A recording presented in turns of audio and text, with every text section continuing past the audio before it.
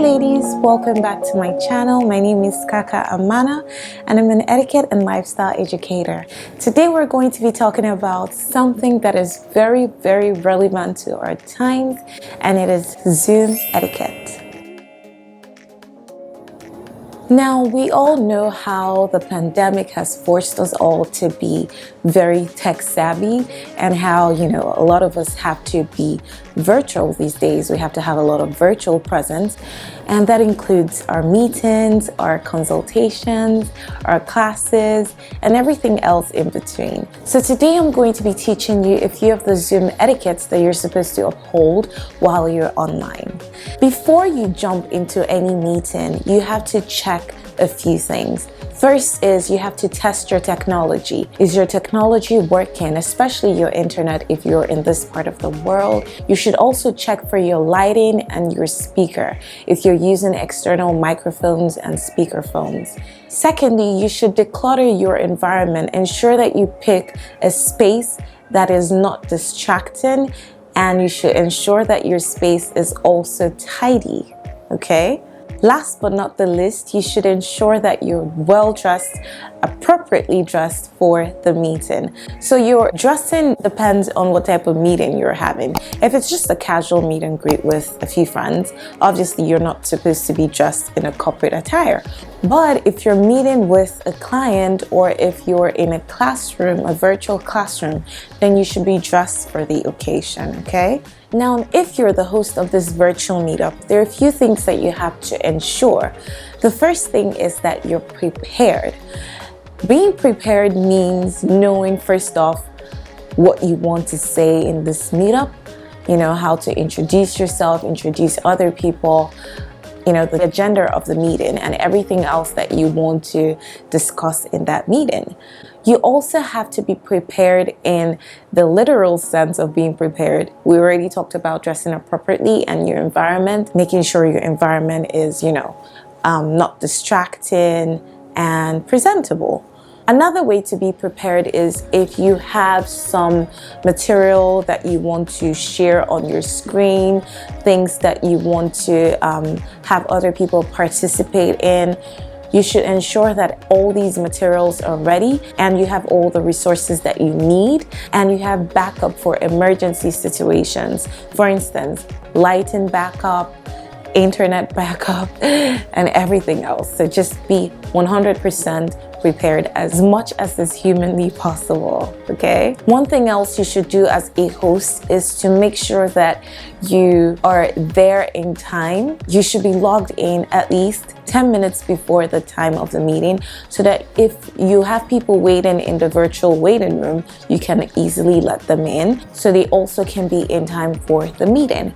Another reason you should be logged in early is to test all your equipment, test all your resources, test everything. You can never be too prepared, trust me. It's usually not savory to see a host struggling during a Zoom meeting. I mean, it's forgivable, but it's a bit tacky. As a host, if you're having just a few people meeting up virtually, and these people haven't had the chance of meeting physically, it's nice to have them introduce themselves.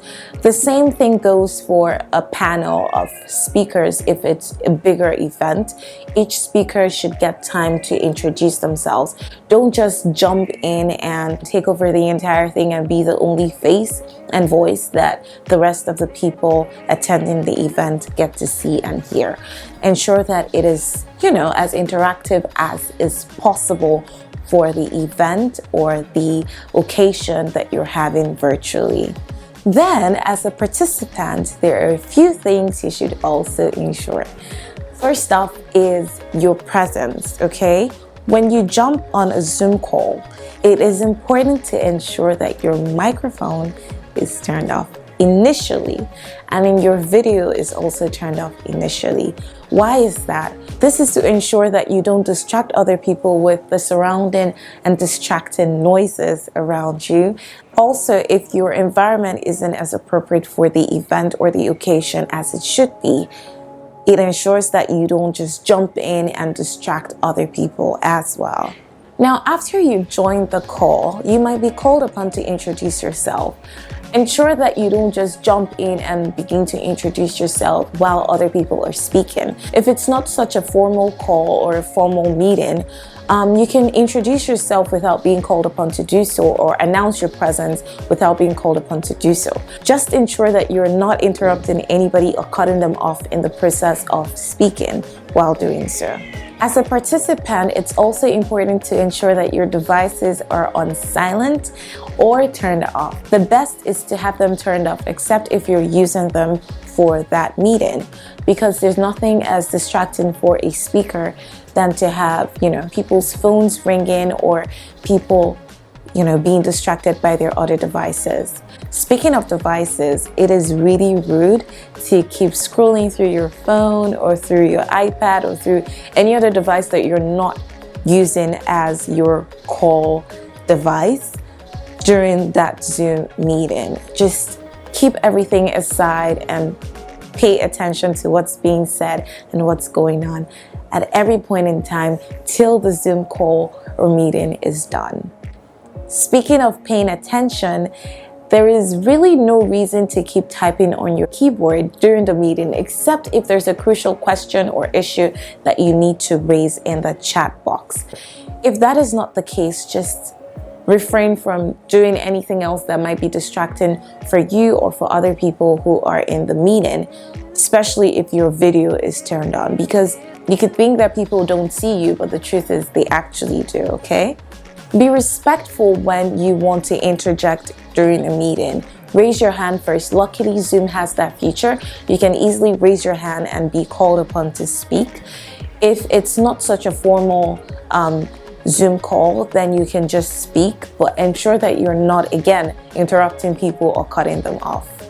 Finally, I cannot overemphasize the mute feature. When someone is speaking, the best thing at that moment is to ensure that you're on mute, especially as we're all at home and you cannot really control what noises can just easily occur while you're on your Zoom call.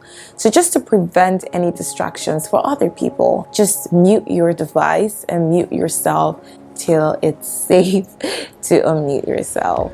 Speaking of muting and unmuting, it's kind of rude to just be a silent participant, except if that's what the event calls for.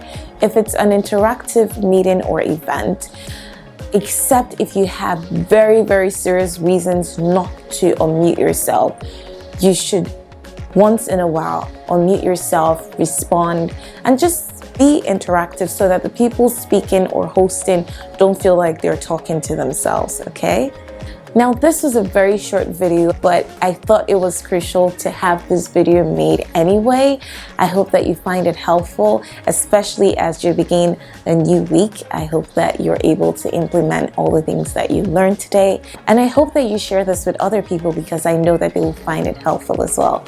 Don't forget to subscribe and like this video and share with as many people as you possibly can. Bye, ladies.